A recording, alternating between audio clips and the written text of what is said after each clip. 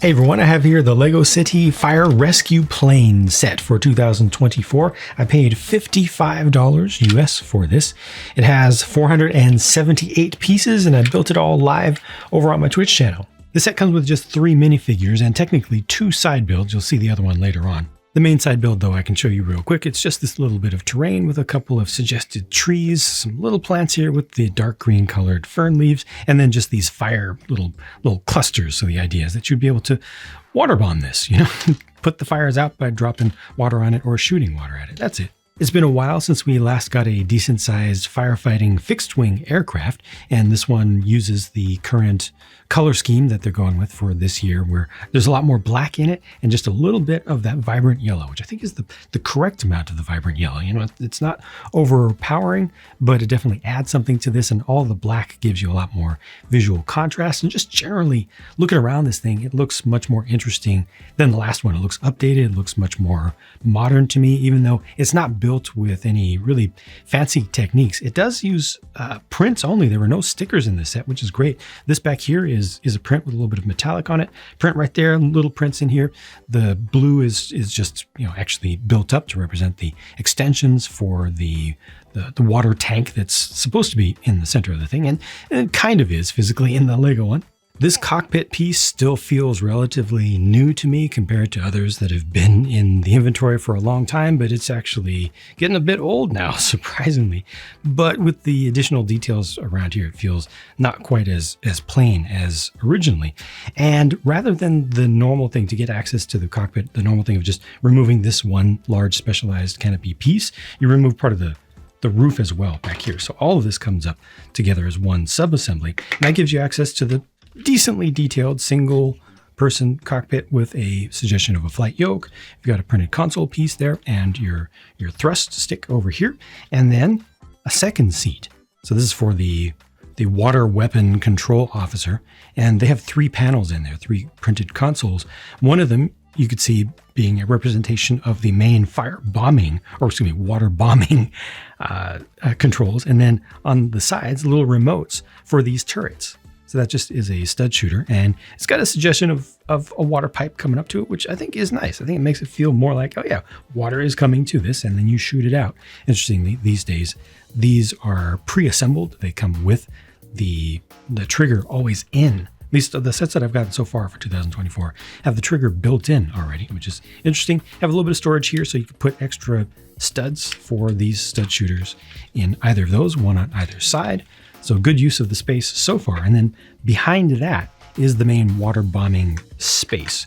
So you've got access from the top to fill it up. And this gets filled with 2x2 round trans light blue bricks. And the actuator to make that work, to make the bits of water come out through this port, which is nicely integrated. Like it doesn't scream at you that there is something here. It's just a hole. The actuator also doesn't scream at you. It's here. So when you know it's there, and it's also accessible from both sides, when you know it's there, you use it, but it doesn't have the previously typical Lego City big, bright, contrasting color and arrow, print and stuff. And it works really well. It's a simple mechanism, uses a rubber band. You might have seen the rubber band up in there, and allows you to easily just dispense these one at a time. To put them back, it's just got a little rounded ramp from the top through this port, this little hatch here, and you just pop them in one at a time. It feels good just reloading it. It kind of rolls down there softly, slowly, and confidently. Keeps everything lined up and well set up. No access from the side here. Same thing over on this side, but there is this ramp on the back to give you more access to the tail section. And this will hold something in it. Doesn't have to be this, but in this case, I'll show you what that's all about. But yeah, so pretty much all of this is used. You've got water tank, Lego's suggestion of a water tank that has an actual mechanism in it, taking up this space here. You use this space, and then, second co-pilot or second crew member's position, and the main canopy with the main cockpit. So all that is good use of space.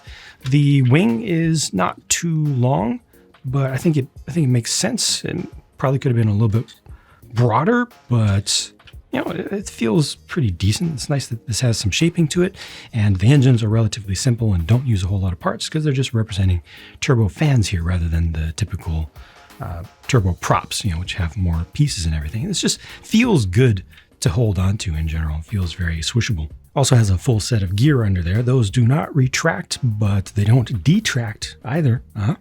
And the underside of this, as you can see, does not have a whole bunch of colors. So it feels like they were actually caring about what it would look like if it was hanging from the ceiling, or if you just kind of bank it away from you, or even try to set it up on a stand where you might be able to see it from different angles. So it feels, again, relatively modern and pretty classy in that way. Now, the thing I took out of the tail section was this. It's a little flight suit with a pair of water cannons on it as well. So that can be hooked up to a figure. It's fun. Maybe this isn't the correct helmet to use with this one, but you know, you can use whatever you want. It's just that, and you know, you can fold them up or down, and then you can shoot these off, and that's it. These three are the included minifigures, and see, this is probably the better helmet, or rather just the better visor to pair with the wingsuit, just because of its styling there. But you know, three different torsos here. The differences are a little bit subtle from a distance, and two different prints for the legs. Good prints overall, not the strongest, most vibrant prints, but they're at least produced pretty crisp, and the metallic details on there, I think, shine well enough. You know how I am. I want to see alternate faces. Do we get alternate faces? We get alternate face, one alternate face. Not alternate faces, one alternate face. I also always want to see alternate headgear pieces. They're going to give us all helmeted characters, or any helmeted characters that we would like to be able to see unhelmeted. Thankfully, with this one, they do. See, sometimes they do it. Sometimes they don't. They should do it almost always. Not every single helmeted figure needs to have a hairpiece, but because it's so cheap and it allows you to do so much more, I always appreciate seeing it. And you know, all these pieces can be swapped between the different figures, including the head pieces, the hair pieces, and the torsos. They're all compatible, which is exactly how Lego is supposed to work. So it's nice to see. These are the leftover pieces, including extra shots for the stud shooters, and there's no sticker sheet to show you for this set. Again, this was $55 US. For some reason, it's 60 euros as a starting point, but hopefully lots of discounts from there.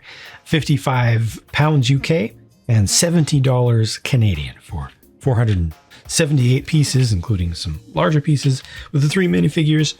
I feel like the value here is okay. I would have preferred it more at the $49.99 price point. Just would have felt better to me, but inflation and all that, I think it's okay. I think it's okay. But at least the design here is very, very good. You know, value in terms of the amount of stuff feels okay, not great. I would like to see it discounted a bit. 45 would feel great to me for this all together. 50 would feel better than 55. But at least it's a really good design. It makes really good use of all of the space there. It has really good access. The playability is nice. It's durable enough. You know, not a lot of frustration involved with owning this or playing with it, putting it together in the first place. Yeah, just generally, I think it's pretty much a success of a set. Could have used maybe more figures, certainly more side builds over here. I think would have been nicer. These things, I don't have a lot of fun with them, but you definitely need the pieces of fire to be able to fall over to show that you have won, you know, that you've had some success. You want that physicality that is important, but probably some of the things that they've experimented with in the past of little traps where it's easy to reset, where things can fall over, but then you can bring it back up, might have been a little bit, I don't know, it just felt a little bit more premium for that. I might be just nitpicking. Just personally, overall, I'm happy with the set though. Would like it slightly cheaper, but that's about it. Yeah, thank you very much for watching. Hope that you enjoyed this and hope that the video helped you to come to some of your own conclusions. Bye for now. Talk to you soon.